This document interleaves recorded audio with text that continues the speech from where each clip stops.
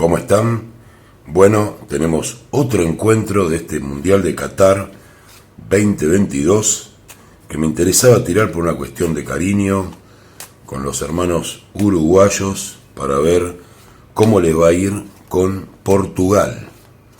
Así que bueno, estoy muy interesado en ver esto, es un partido importante para la Celeste. Tengo amigos en La Pedrera, les mando un beso muy grande a mis amigos del bar de La Pedrera. Así que quiero ver cómo le va a ir a la Celeste. Pasé muy lindos momentos en Uruguay como siempre, es un lugar que a mí me encanta. No voy a decir que no nos quieren mucho, que nos quieren más a los brasileros, pero bueno, ya sabemos todos que es cierto, así que vamos con el fútbol, vamos con este Uruguay que no pudo ganar. Carta para Uruguay, carta para Portugal, que no pudo ganar en su primer encuentro, y a Portugal, que sí lo hizo, se clasificaría de ganar este partido contra Uruguay. Hay grandes figuras, hay jugadores que siempre pueden demostrar su marca, que a veces se piensa que están fuera de tiempo, sobre todo en Uruguay y demás, y vamos a ver, hay que tenerlo en cuenta Uruguay.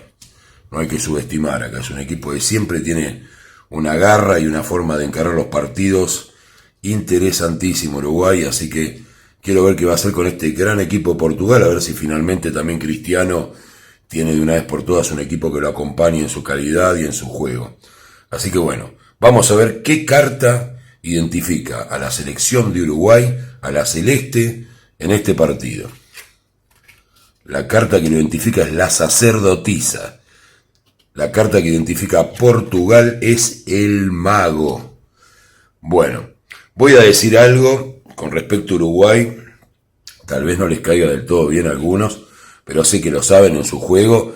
La sacerdotisa es una carta de picardía, es una carta de usar de alguna manera artimañas y cosas, y ya sabemos que los defensores uruguayos, los delanteros son, como decimos acá en Buenos Aires, muy pillos, ¿no? Para resolver situaciones. Así que Uruguay espera sacar partido de su ingenio, de su capacidad siempre para encontrar alguna forma de sacar ventaja dentro de la cancha, y son buenísimos en eso porque cumplen con el reglamento. Y tenemos a Portugal con el mago, que dice que tiene todas las condiciones, o sienten que tienen todas las condiciones para hacerle un gran partido a Uruguay y ganarles. Así que vamos a ver el primer tiempo cómo arranca. Y arranca Uruguay con la carta de la carroza, o sea que va a tener un mejor comienzo Uruguay que lo que fue el partido anterior, y es muy probable que pudiera llegar a convertir en este primer tiempo. Vamos a ver qué más sale. La segunda carta para Uruguay es el sol.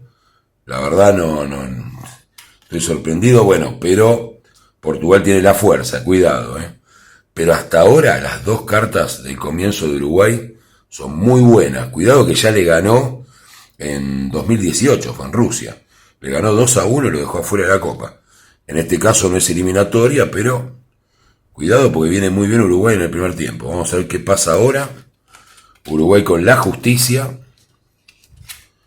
y de los amantes del lado de Portugal. Tiene ventaja Portugal acá. Vamos a ver las cartas finales. El emperador para Uruguay y el posicionamiento para la rueda de la fortuna de Portugal. Bueno, ya saben que tengo un cierto cariño por Uruguay, pero sin embargo en esta tirada tengo el carro del triunfo, el sol, la justicia y el emperador, nada más ni nada menos. Y ojo con el emperador, que puede ser un gol de alguno de los jugadores reconocidos. Ya sabemos que tenemos a Suárez o a Cavani o a alguno de esos grandes delanteros del Uruguay, más las sorpresas juveniles que está presentando ahora. Así que bueno, yo veo claramente, a riesgo de un gran riesgo, pues más favorito Portugal, yo veo un triunfo de la Celeste. Así que vamos Uruguay, vamos a ganar este partido, y espero que se suscriban y me sigan para más pronósticos de este Mundial de Qatar 2022. Vamos a la Celeste.